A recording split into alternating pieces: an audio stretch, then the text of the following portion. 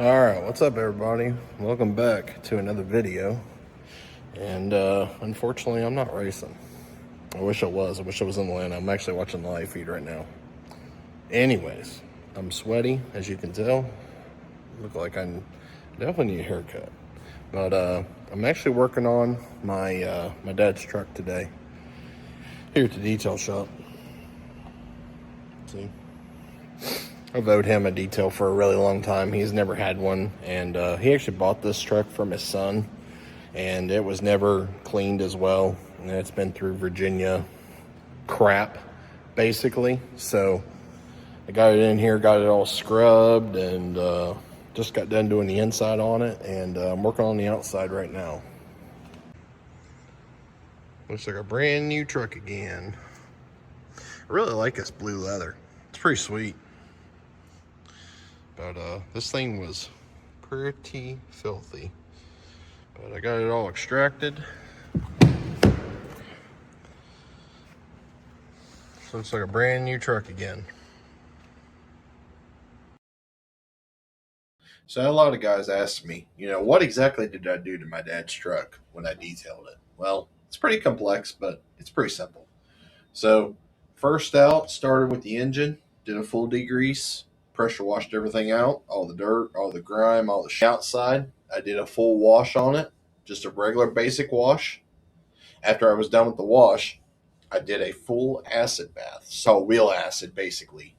Spray the sides, and that gets all of the iron dust, those little orange dots that's always on white cars, takes all that off, along with some solvent to detar any tar that is on the body. Do another full wash on it again, and then dry. Buffer. And then on the inside, use a product called Vanish on all the plastics, all the leather, scrubbed all the leather, and then took a carpet extractor, extracted all the carpets. Then with an air gun, blow all the cracks and crevices out, and finish it off with a little bit of leather conditioner and a little bit of shine on the dash. So Wednesday, while I was out delivering cars, I get a call that my car's done. Well, little did anybody know that I actually had all the plastics that were silver or chrome wrapped on my SQ7. I had a local shop, Woolly Graphics, reach out to me and said they could get it done, and they knocked it out of the park. Shoo-wee, this thing looks so much better.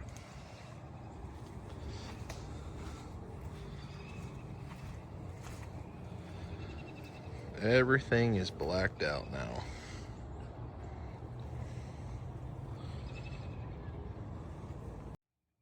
Got these black emblems now. Looks way better with the black rings now. And all that silver back here is gone. And that trim's all wrapped now, along with the roof rails. Actually, I ended up redoing trim on these panels too, because they weren't the greatest to the guy who did them, but now they are perfect. You can't even see the silver now. Yeah, extremely happy. This thing looks like a completely different car with all this now. Just need to get rid of this thing, or put the black ones on. It's the only other thing that needs to be done, but I'm pretty overall happy with it. All right, happy Friday. Took a half day of work today because it's Cincy Street Nights. I'm actually almost to the track. Ran a little rain on my way down. Hopefully the rain stays away from what we're trying to do tonight, and we have a good night of racing. First Cincy Street Nights of the year. It'll probably be pretty. I'd say be back tonight. I'd hope. It's 83 degrees right now, which is even better. And Billy's on his way down. 10 Soldier Boys are going to be there. Evidently, they've been hyping a grudge race up for the last week or two between them two, which obviously has not happened since Texas.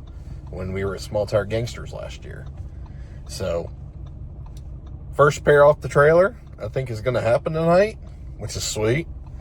So, I'm going to run 1150 tonight and see if I can rebound from my previous mishaps that I had in West Virginia and actually know how to race.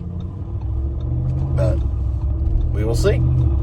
Hopefully I can get it done or get some rounds in, maybe. I don't know. We'll just have to find out, I guess. We're almost to the track, so we'll be there in a minute.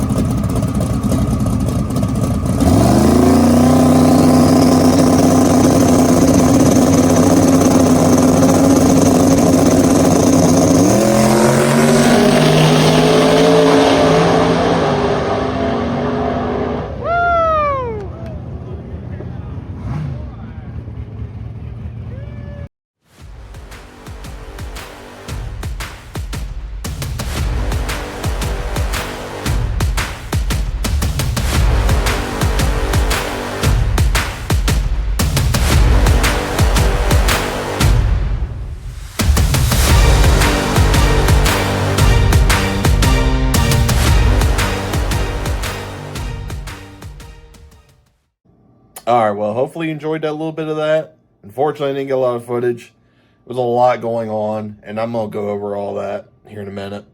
But it's Sunday. Happy Easter to everybody. I didn't really do anything for Easter. My parents actually went to friends of theirs' houses for dinner and stuff, and I decided not to partake in that. Um, Usually my mom cooks, and they usually have a big get together at the house, and like I'll go over obviously and do that. But I don't know, I was just going into somebody else's house that I really didn't know and didn't really feel comfortable doing that. So, but it's Easter. Happy Easter, everybody. Hope you all had a great day. And Easter Bunny came and got all the kids all the chocolates, presents, everything that they get. Um, but we really had a really good time at Cincy Street Nights. Unfortunately, the weather just, I don't know what it is about that place, man. It's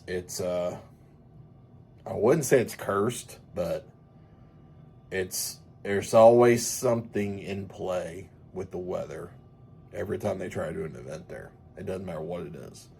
And I hate it because, like, that place is sweet. Like, it's got a ton of room. It's a good track. And the people show out for it. And I feel so bad.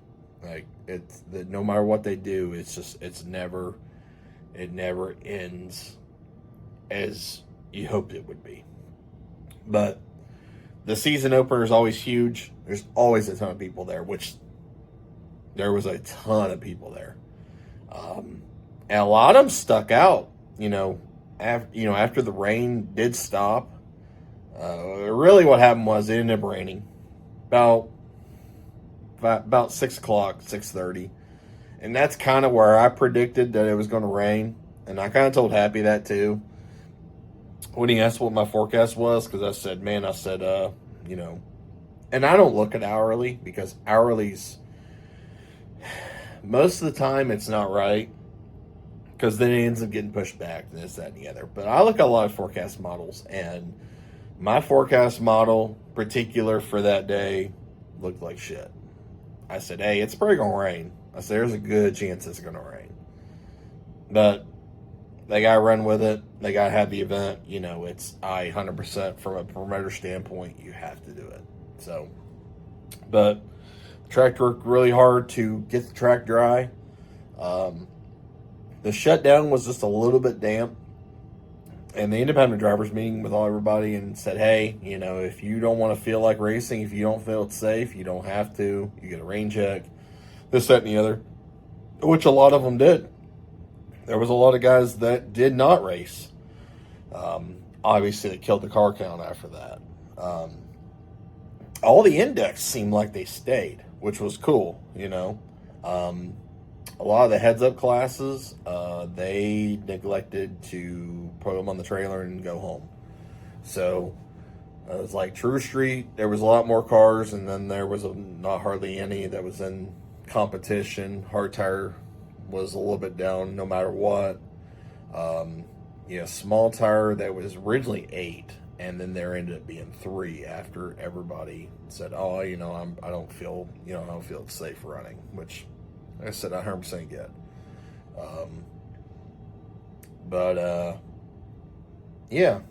I ran the 1150 index.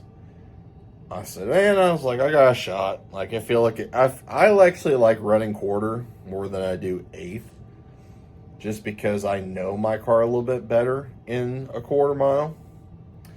So, and I hadn't exactly really timed out like how slow I needed to be to get down there to where I can start slowing down, braking, this, that, and the other to be able to even hit 1150, because obviously my car goes way faster than that. So my first test pass, and this was just a shot in the dark. I said, I'm going to try it. So that's when I raced Allison, as you've seen in the video. Which didn't happen, like, we didn't plan that. That just kind of, I pulled up and she pulled up and we were like, okay, I guess we're racing. But, so I ended up figuring out how to get into the second bulb. So if I get the second bulb first and put it on the brake, it will be up on boost that it needs to be to do a good 60 foot. Like a good 60 foot's like a 1.6 1.5. It's like between a 1.5 and a 1.66. I know it's 666. Yes, I know. So I went a 1.68 that test pass. And I ended up letting out probably about maybe 150 feet before the stripe. And I'm going 11.37 at 111. I was like, oh, shoot. That's way too fast to be going 11.50. So I was like, well, I guess I just need to let out like 200 feet and just coast it. So so we ended up going in line. You know, it was just you pulled up and you raced whoever was beside you. So I ended up racing that red third gen Camaro. And even spinning off the starting line, I went a 1.665. So I did better in a 60 foot. I had him pretty darn covered by the time we were going down the track. I was out on him quite a ways. Unfortunately, my GoPro decided it just wanted to stop recording as we were pulling into the water box. I still don't understand that. I need to learn how to control that GoPro through my app. And Tommy actually was the one that told me that you could do that. And in the moment, I didn't think about that. And anyways, so I let out early. He had probably 20 mile an hour on me at the stripe. And he was definitely coming around me fast. And I didn't think I was going to be able to react fast enough to where I could get back in it to take the stripe. So I let out, got back in it, let out again. I said it had to have been close because we were dead on. Because he ended up going like a 58. And I went a 47. A 47. 2 numbers. 3 numbers. It's just not meant to be. It's I don't know what else to say. It's frustrating is what it is. I need 11.0 index. That's what I need. So we need to create 11.0 index because then I can run my car full bore out and I won't have to worry about braking and slowing down to run a time. And because like it sucks because like you're used to being around people that, you know, they're always on the gas, and to get to win a race, you have to be all in to go. And I'm just not cut out to slow down to run a number. I guess is the easiest thing I can say, but whatever. I decided not to buy back in because I was pissed off. So I said, well, I'm gonna focus on you know, it was actually just me and Billy Friday night. Kenny was not there. So I was helping him get the car ready. Actually, both cars ready. Luckily, Camaro didn't really need anything. But the Nova, obviously, make sure it was on fuel, cooled down, charged up, all the other bullshit that we got to do, you know, in between rounds or before the race starts. So, focused on getting him square, you know, getting footage and stuff like that for the video that he put up yesterday. But all in all, other than that, you know, like, you know, he was hesitant on running too, just because of the conditions. Everybody else was the same way, obviously. You know, Cheese told him the same thing. Jason told him the same thing, you know, because obviously Jason, you know, didn't want to risk running Charlie. At the better judgment of Cheese said, you know, pack your stuff up and just go home, live another day. But Billy, you know, thinking of the thing of where it's just only 3 cars and it's $2,500 to win. Like, it's almost a no-brainer that you go 2 passes and win $2,500. That's unusual to happen in most cases, to where it's easy money, easy night, not a whole lot of, you know, a lot of stress put on the car, on the motor, stuff, that, and the other.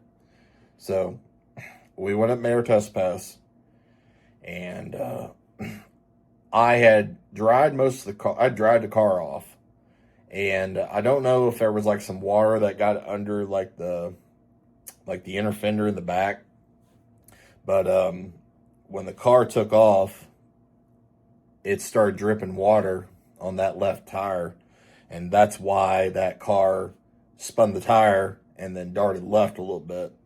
So the traction control actually tried to catch it, and it actually almost did, which is crazy.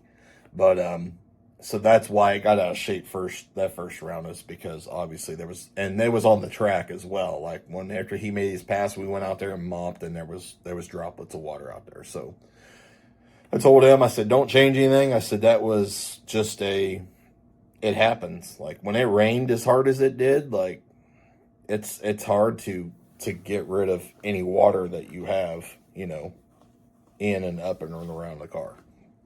So there was only 3 of us, so we ended up getting the bye to the finals. So then we went up and made our test pass the second time. Obviously, we had made sure that all the doors and stuff was all dry. Any crevice that we could find where there was any water, most of it was already gone just from the pass, so that was nice.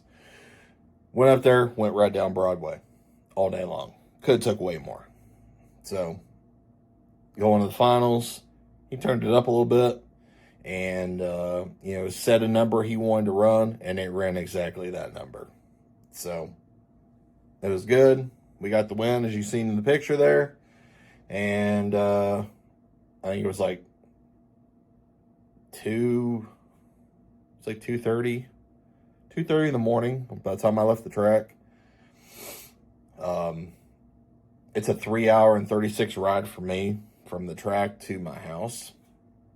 I had worked half a day and then drove straight down, which I was already like freaking out because I don't like being late, and I felt like I was really, really late. But to make matters worse, I had to stop and get fuel because I tried to run the Q7 all the way down to where it only had like a quarter of a tank left, just to lose a little bit of weight. I stopped and got fuel. Billy had paid me for obviously helping him, like he does. And apparently when I went into the gas station to get fuel, or I actually got a drink because I was thirsty, and money was in my pocket. I think I accidentally gave somebody $300 that I wasn't hoping that they would be giving. It fell out of my pocket when I pulled my phone out to tap the credit card screen on the gas station, because when I got back in the car about halfway down the road, it wasn't in my pocket anymore. Lesson learned: do not put money in your pocket. So needless to say, I was a little upset about that. So hopefully whoever got it found it. I hope that was something that in the terms of you needed it. Like you needed it to survive. I really do. That's the best I can hope for. I got to like north of Columbus and I was fading. I was fading fast. So I pulled off in Mount Gilead at the pilot there, and I took probably a 45-minute nap. After that, I was pretty good, and by the time I got home, it was like 7:15 Saturday morning, and I ended up getting here, taking a shower, fell asleep, and then my buddy that owns a detail shop, he had a brand new prep bay poured because one of the drainage pipes collapsed. We've been having a lot of issues with it the last couple of weeks where it just gets plugged up just because the pipes collapsed. And he had a whole new floor plumbed, new concrete pad. So he wanted to get the entire shop cleaned out. It's been a while. And get everything reset up in that bay to where it's a lot easier to work and stuff like that and the other. So I ended up meeting him after I got the Audi unscrewed because it was absolutely destroyed from all the rain, and then driving home in the rain. It was an absolute mess. But so I helped him for about 4 hours, and then came home and relaxed. So I was needless to say, I was pretty exhausted last night. But oh yeah. Anyway, you were asking like, why am I working so much? So I've been actually working every day there. So he actually offered me a pretty much. I didn't exactly work for him, but I was helping. So now, like, I'm officially working for him. We came to kind of an agreement as far as pay and what's to be expected to basically be like a shop manager, to make sure that, you know, the stuff coming out of there is exactly what it needs to be. The attention detail needs to be, you know, just keep the back moving, picking cars up and getting them back, and, you know, coordinating all the trips and stuff like that, and just little stuff here and there. So I'm actually doing that for him full time now. And what's nice is this is also going to go to where I can still go to my races on the weekends, with Billy, and help him. Or if I need to go to a race, go sell, anything like that, like, I can still go do that. I can still leave on a Thursday. I can still leave on a Friday. Go do what I need to do. Come back in Monday. Work the rest of the week. So on and so forth. So, works out great. Works out absolutely perfect. Pays good. I'm set. Because I originally had an interview in Missouri with a pretty big marketing job. And I didn't really want to move to Missouri. It was just like, I don't want to move anywhere west of the Mississippi if I was going to go anywhere. And I really did think about it. I honestly did, because like, I don't really have anything holding me back here. Like, I don't have a family here to hold me back. I don't have, other than my family, like, my family's here. So obviously my mom and dad. And I mean, if I moved anywhere else south, like, I probably would do it. But it just didn't, it felt right, but it didn't feel right. And I feel like the timing was a little obvious. Like, he just did that, like, right after that. Like, I don't know. I think it was just meant to be, is all I'm going to say. All right, I've rambled long enough. It's almost 20 minutes of me rambling.